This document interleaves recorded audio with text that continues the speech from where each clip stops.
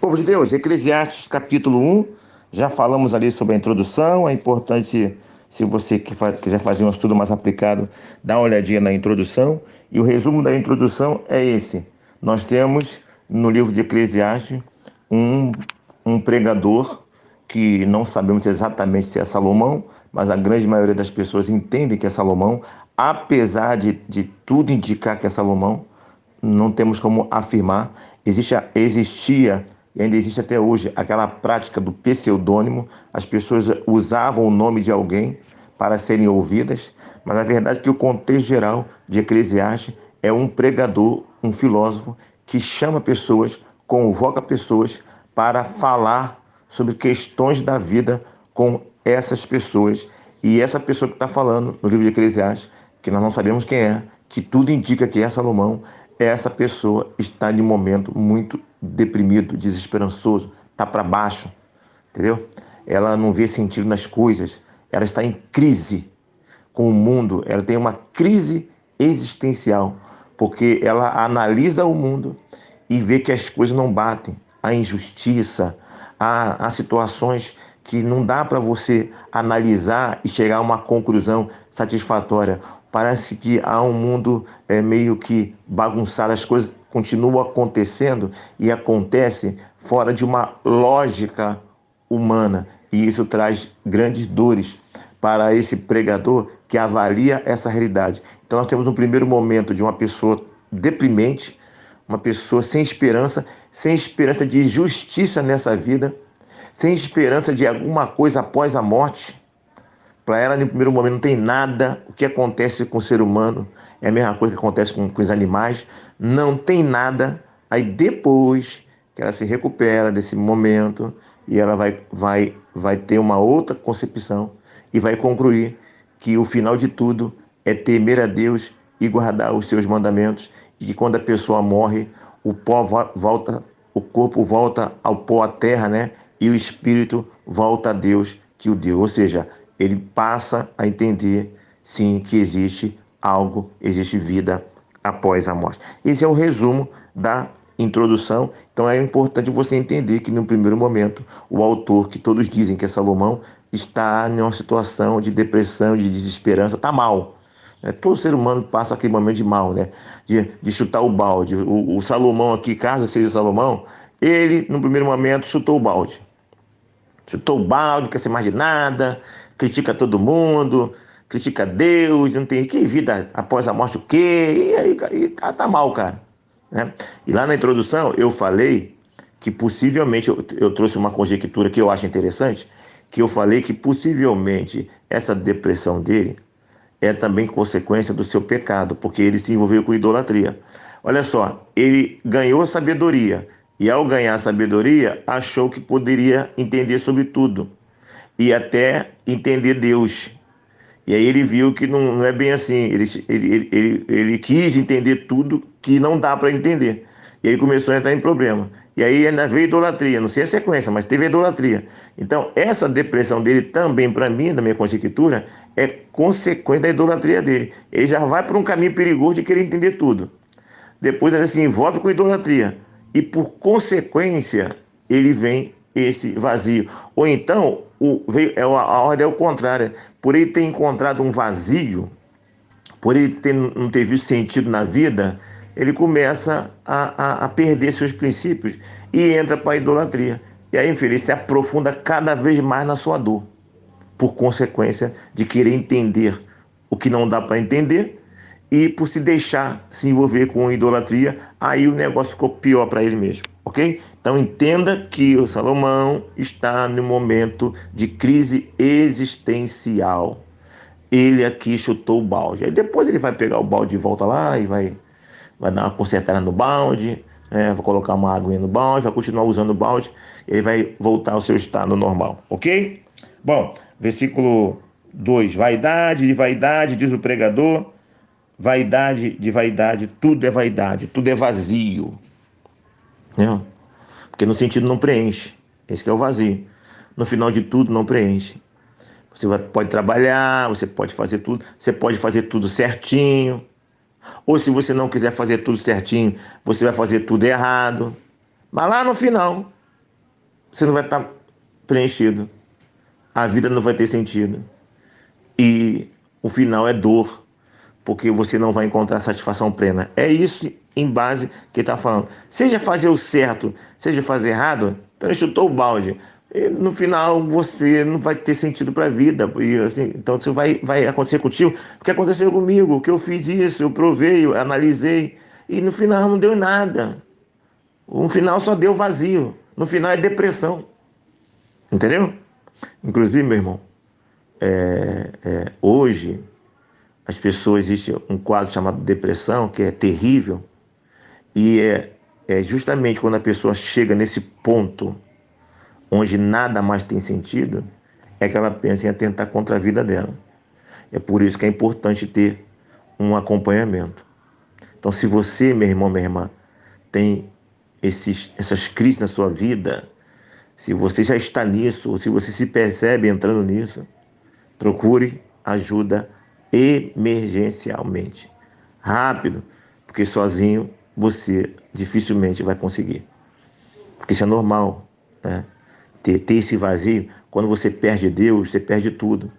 Quando você perde sentido da vida, você perde tudo. Quando você não vê lógica em nada. Quando você não vê saída na medicina, quando a pessoa não vê saída na fé, porque tem situações que a pessoa interpreta a fé de maneira errada e ela não vê saída nem na fé. E se ela não vê saída na fé, ela perde a solução até no próprio Deus. Que fé está ligado com Deus. Então, quando ela perde Deus, ela perdeu tudo. Então, você tem que tomar cuidado para você não perder Deus. Porque se você perder Deus, você vai perder tudo. E muitas vezes você perde Deus, as pessoas perdem Deus porque elas não foram, elas se comportaram, elas lidaram com o mundo de maneira errada, né? Como Salomão, querer entender tudo, é tudo matematicamente, querer esquadrinhar Deus, isso é caminho de morte. Então, se você está numa situação de depressão, você percebe que o negócio está, sabe, começando, não ande sozinho, procure ajuda e mate o mal pela raiz. Mas se você não matou o mal pela raiz, você está já dentro dela, procure agir, não procure só não está dando ajuda, não está dando certo com um, procure ajuda com o outro. Troca o terapeuta, troca a psicóloga, faz o que você vá atrás, porque tem solução. Salomão saiu da situação dele e você pode sair também. E várias pessoas saíram, mas outras se entregaram, porque não procuraram a devida ajuda, não procuraram outros profissionais. Não desista. É possível sair dessa situação, é possível matar esse mal pela raiz. Então o Salomão aqui tudo é vaidade, não tem sentido de nada. Então ele tá na depressão dele, chutou o balde. Ok? 3. Que proveito tem o homem de todo o seu trabalho, com que se afadiga debaixo do sol? Tá vendo? Ele está falando aqui que não tem proveito nenhum trabalho, enquanto o livro de Provérbios nos ensina a trabalhar e que o resultado do trabalho tem o lucro. O provérbio, o salmo, a palavra de Deus toda diz isso. Mas ele, como está no estado de depressão, ele fala que não tem sentido. Mas por que não tem sentido? Porque ele quis entender outras coisas que não é para entender. Porque se você trabalha, você tem seu carro, né? Se você trabalha, você tem sua boa casa. Se você trabalha, você vai ter suas viagens. Você vai ter a roupa que você quer. Você vai ter o produto eletrônico que você quer. Entendeu? Claro que no final de tudo você vai encontrar a morte, você vai morrer, né? Mas que você vai ter satisfação no resultado do trabalho, claro que você vai ter. E aí outra coisa que muitas vezes as pessoas esquecem é que de tudo que as pessoas podem adquirir com o trabalho, de todos os benefícios, há um benefício maior que poucos se interessam e esse é o benefício maior mais rejeitado. Qual é o benefício maior com o resultado do trabalho? A condição de ajudar o outro, de investir no bem-estar do outro. Isso traz satisfação, isso traz gozo, mas as pessoas normalmente só pensam em investir nela mesma e, quando muito, nas pessoas próximas a ela. Mas um bem que faz a humanidade, quando você tem um trabalho e você consegue fazer alguma coisa que ajuda a humanidade, ajuda as pessoas, isso traz uma satisfação enorme. Mas essa satisfação, muitas vezes, as pessoas não estão muito interessadas. Então, Salomão aqui tá dizendo algo porque ele está no período de depressão. E está falando coisa que não corresponde a uma realidade. 4, a geração vai, geração vem, mas a terra permanece para sempre. Ou seja, quando ele fala permanece para sempre, porque os mesmos acontecimentos vêm acontecendo, vai, vem. A injustiça social, o pobre, o rico, aquele que é rico se dá bem, aquele que é corrupto se dá bem, e aquele que é justo muitas vezes não se dá tão bem aqui nessa terra. Lembra da parábola do rico e do Lázaro? Na parábola do rico e do Lázaro, o mendigo aqui só se dava mal e era servo do Senhor. O rico era um promíscuo e era rico. Mas o que aconteceu depois de ambos morrerem? Está lá em Lucas capítulo 16, do 19 ao 31. Então, o Salomão ele tem uma visão ainda limitada, ele é sábio, mas ele está em um tempo onde a revelação de Deus ele não estava plena. Então, por mais que ele tinha sabedoria, ele não tinha como conhecer tudo que já estava revelado. E também havia muita coisa que não havia sido revelado. Então não tinha como ele conhecer. Tem muitas coisas que nós conhecemos hoje que Salomão nem sonhou em conhecer, porque naquela época ainda não tinha sido revelado. Então ele acha que a terra, as coisas nunca vão mudar, no sentido dos acontecimentos da terra. E eu não sei se ele tinha essa mentalidade, eu acho que não. E também tem a questão da própria terra, mesmo no sentido físico, porque a Bíblia fala que os céus e a terra passarão, mas as minhas palavras não hão de passar. E Salomão aqui está falando que não vai passar, no sentido de acontecimentos. E acredito que ele não se referia à realidade física da terra. Mas a palavra de Deus fala que tudo isso vai passar, tanto o físico quanto o sistema da coisa, mostrando aí que Salomão realmente está limitado nas suas declarações. Versículo 6: o vento vai para o sul e faz o seu giro para o norte. Envolve-se e revolve-se na sua carreira e retorna ao seu circuito. Todos os rios correm para o mar, versículo 7, e o mar não se enche ao lugar para onde correm os rios, para lhe dar, para lá tornarem a correr, viu? Então, ele faz uma avaliação do processo natural da natureza, isso, e aí ele revela também algo que a ciência só conheceu muitos anos depois, né? Porque essa realidade aí do vento, dos rios, isso foi conhecido muito tempo depois. A ciência conheceu essa realidade depois. Salomão mostra aqui que ele já sabia isso. Ele mostra revelações na vida dele, da sabedoria dele. E aí ele faz essa comparação, tá vendo? Assim como os rios, assim como o vento tem o ciclo, os acontecimentos da vida tem o mesmo ciclo, não muda nada. E é um ciclo que não bate com a nossa conta. A crise dele não é porque acontece de novo, porque acontece de forma irregular. Porque o opressor continua oprimindo o pobre, né? Quem não era para ter, continua tendo. Ainda continua os assassinatos, continua as injustiças, continua acontecendo as coisas que são desagradáveis. Porque se as coisas formassem um círculo, mas formassem um círculo constante dentro da nossa lógica humana, dentro daquilo que nós entendemos que é correto, o Salomão não estava com crise. Mas ele está em crise porque as coisas estão acontecendo em um ciclo que para ele não era para ser daquela maneira. Observe aí que intrinsecamente ele tem uma crise com Deus. Afinal de contas, existe um Deus no céu que é dominador de todas as coisas. E como pode haver um Deus no céu dominador de todas as coisas, acontecer essas situações na terra? Essa é a crise de Salomão, é a crise de Asaf, é a crise de várias pessoas bíblicas, na história bíblica e em nossa era. Por que isso? Porque querem esquadrear Deus, porque querem entender Deus, porque querem empacotar Deus. Aí vai dar ruim. O carro vai bater. Entendeu? Então, ele revela algumas coisas e pega como exemplo a natureza do rio, para mostrar que os acontecimentos da vida é igualzinho o rio, é igualzinho o vento. Faz a mesma coisa em um ciclo constante. 9. O que foi, o que há de ser e o que se fez, isso se tornará a fazer. Nada há, pois, novo debaixo do sol. No sentido do que nós acabamos de falar aqui agora. Só que, olhando por outros aspectos, né, e acho que Salomão não pensou nesse aspecto, ora, quantas invenções já existiram de Salomão para cá.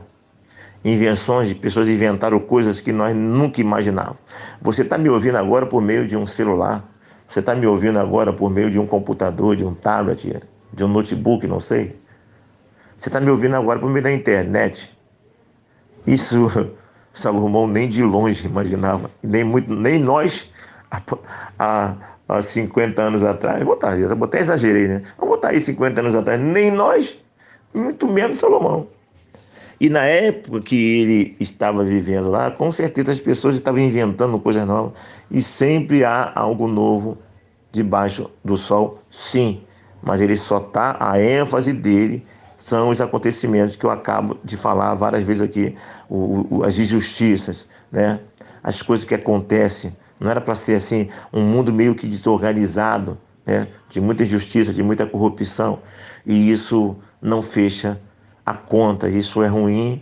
E afinal de contas, mais uma vez eu falo, tem um Deus. Existe uma corrente teológica chamada deísmo, em contraponto com a outra corrente teológica chamada teísmo. O teísmo acredita que Deus criou os céus e a terra, continua cuidando da terra, se relacionando com o ser humano e continua agindo no seu plano. Mesmo que o plano dele muitas vezes não bate com o nosso, que os caminhos dele não são nossos caminhos e os pensamentos dele não são nossos pensamentos, mesmo assim ele está lá, ele domina todas as coisas, ele tem um projeto e todas as coisas sim contribuem para o bem daqueles que amam a Deus. Todas as coisas. Já o deísmo já acredita que Deus sim criou todas as coisas, mas Deus abandonou esse negócio aí. Deus, sabe, se encheu desse negócio, enojou desse mundo aí. Ele deu a corda no relógio, deixou o relógio tocando sozinho. Só que essa corda vai terminar, né? E quando terminar, terminou tudo. E o mundo está largado, por isso tem essas situações todas. Então tudo é vaidade, vai continuar acontecendo assim. Não adianta. Mais uma vez eu faço a menção, hoje nós estamos em 2022 e nós estamos falando muito de política. E aí nós fazendo menção ao sistema. Há pessoas que olham assim, não adianta. Essa podridão aí não vai acabar, é assim mesmo. Ou você joga esse jogo aí, ou tu tá fora. Então Salomão mais ou menos tinha essa visão, não tem jeito. O deísmo tem essa visão de que o mundo está largado, que Deus largou. Não, mas o teísmo não. Apesar desses caos, apesar desses acontecimentos, Deus tem propósito em tudo. E no final vai dar aquilo que Ele quer. Percebe?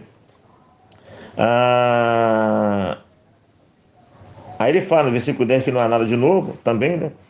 Que tudo se repete. E aí no final, versículo 11, já não há lembrança das coisas que precederam, e todas as coisas posteriores também não haverá memória entre o que há onde vir depois. Aí depois, com os anos, né? As coisas passam, as pessoas esquecem, e a nova geração vai provar, ela vai achar que é algo novo, mas na verdade já existiu antes dela. E é um ciclo constante. Esse ciclo constante que acontece fora daquilo que Salomão entende lógico, o traz muita depressão, desesperança. Olha aqui o segredo aqui, olha aqui a deixa de Salomão no versículo 13. Apliquei o coração em esquadriar. Você é Deus agora para esquadriar, Salomão? Para esquadriar e a informar-me com sabedoria de tudo. Tá vendo?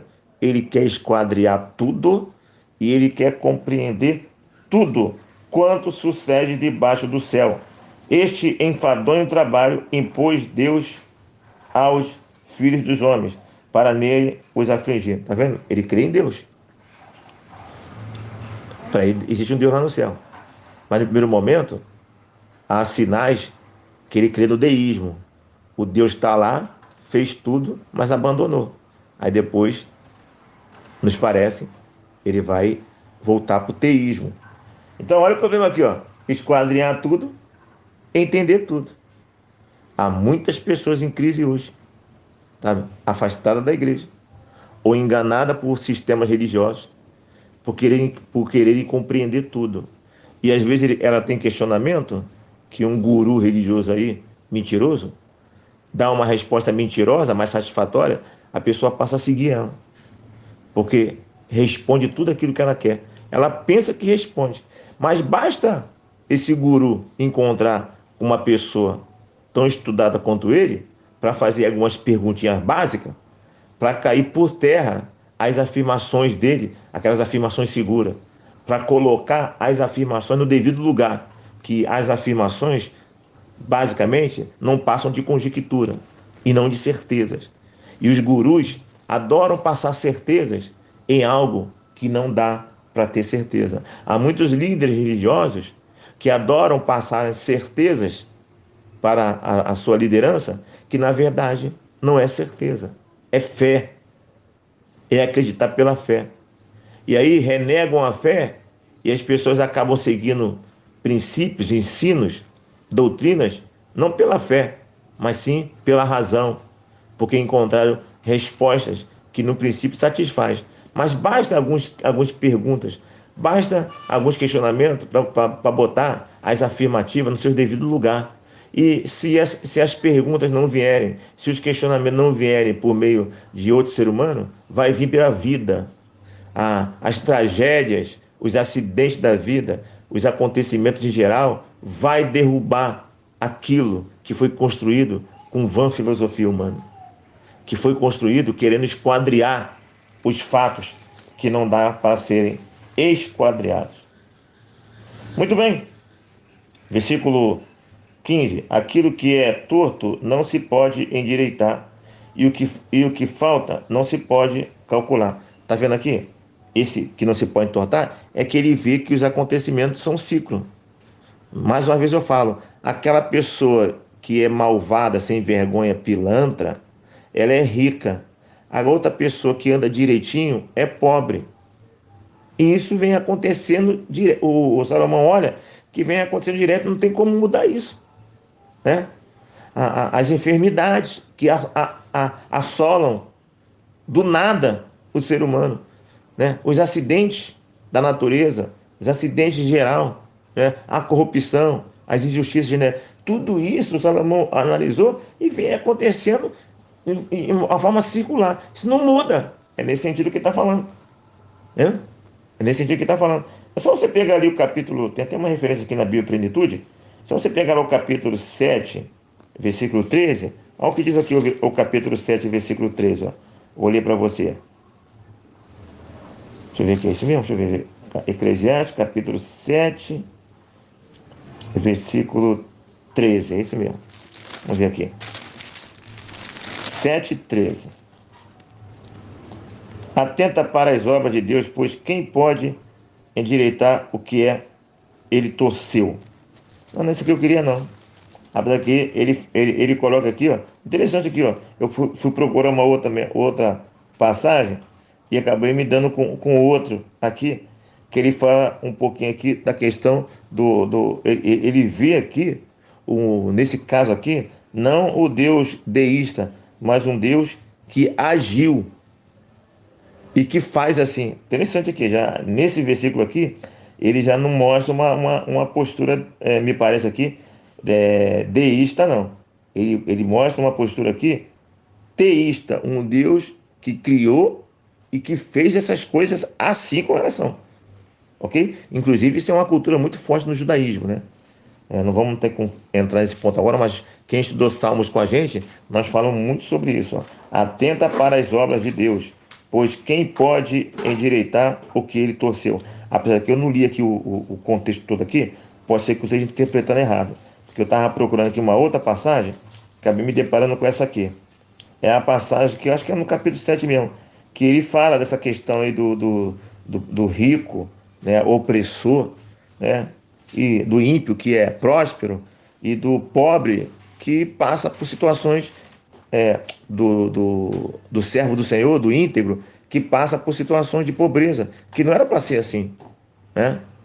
Que até hoje nós olhamos para o vizinho, pô, aquele cara não faz nada para Deus, o cara é um promíscuo, pô, o cara é malvado, e tem tudo, e eu que ando na presença do Senhor não tenho. É mais ou menos por aí que Salomão está analisando, né?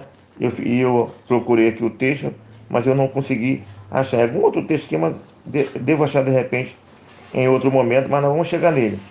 Com certeza nós vamos chegar nesse versículo que eu estou falando. Versículo 16, disse comigo, eis que me engrandeci e sobrepujei em sabedoria a todos os que antes de mim existiram em Jerusalém. Com efeito, o meu coração tem tido larga experiência da sabedoria e conhecimento. Apliquei o coração, versículo 17, apliquei o coração a conhecer a sabedoria e a saber o que é loucura e o que é estutícia. E vi a saber que também isto é correr atrás do vento. Porque na muita sabedoria há muito enfado. E quem aumenta em ciência, aumenta em tristeza. Ou seja, ele buscou, sabia que era sábio e sabia que tinha conhecimento e que tinha sabedoria, mas no final ele não encontrou a resposta que ele precisava. E viu que foi em vão todo aquele conhecimento dele. Entendeu? Que foi enfado todo aquele conhecimento. Agora, por que o conhecimento foi enfadonho? Por que ele chegou nesse ponto? É aquilo que eu já conjecturei. O problema dele foi querer ir além do que ele podia ir. O problema dele não foi estabelecer limite. O problema dele foi querer esquadrinhar Deus. O problema dele foi querer moldar Deus. Né? E é mais ou menos como Jó, né? O Jó, em dado momento, olhou que por que está acontecendo isso? Não tem lógica para mim. E Jó começou a peitar Deus. Assim, ó, eu não fiz nada de errado, por que está acontecendo isso comigo? Então Jó tinha aquela visão do certinho, da matemática. 2 de 2 são 4. E Salomão tem a mesma visão. 2 de 2 são 4. Se 2 de 2 está dando 3, está dando 6, não, está errado. Mas estava dando. Mas por que está dando? Não sei, eu quero saber. Não, você não tem como saber. Porque tem coisas que só Deus tem como saber. Não, mas eu quero. Então vai, tenta. Foi tentar. Não conseguiu, vazio. Então o caminho é, eu não sei por que está acontecendo isso, eu não sei por que essas coisas acontecem, mas eu sei que existe um Deus e que os seus pensamentos são maiores que meus pensamentos e que ele não pode ser esquadrinhado, sondado. Ele é imanente e transcendente. A imanência é aquilo que ele nos permite conhecer. A transcendência é o lado impossível de conhecer de Deus. Então, meu irmão, minha irmã, eu encerro aqui o primeiro capítulo de Eclesiastes, deixando essa palavra para você. Para com esse negócio de vai botar tudo certinho. Exemplos práticos do nosso dia a dia. O cristão, quando morre, a aparência dele é diferente da do ímpio. Se aconteceu aquela tragédia com aquele irmão, é porque certamente ele está em algum pecado. Porque se ele não tivesse em pecado, aquilo não aconteceria. Está vendo isso que está acontecendo com ele? E isso é consequência daquilo. É bem matemático. Porque quando eu falo que isso está acontecendo com ele porque ele fez aquilo, eu estou afirmando que se eu não fizer aquilo, não vai acontecer comigo. Só que isso é mentira. Então, quando eu falo que o rostinho dele, olha como é que tá a aparência, tu viu a aparência dele? Viu?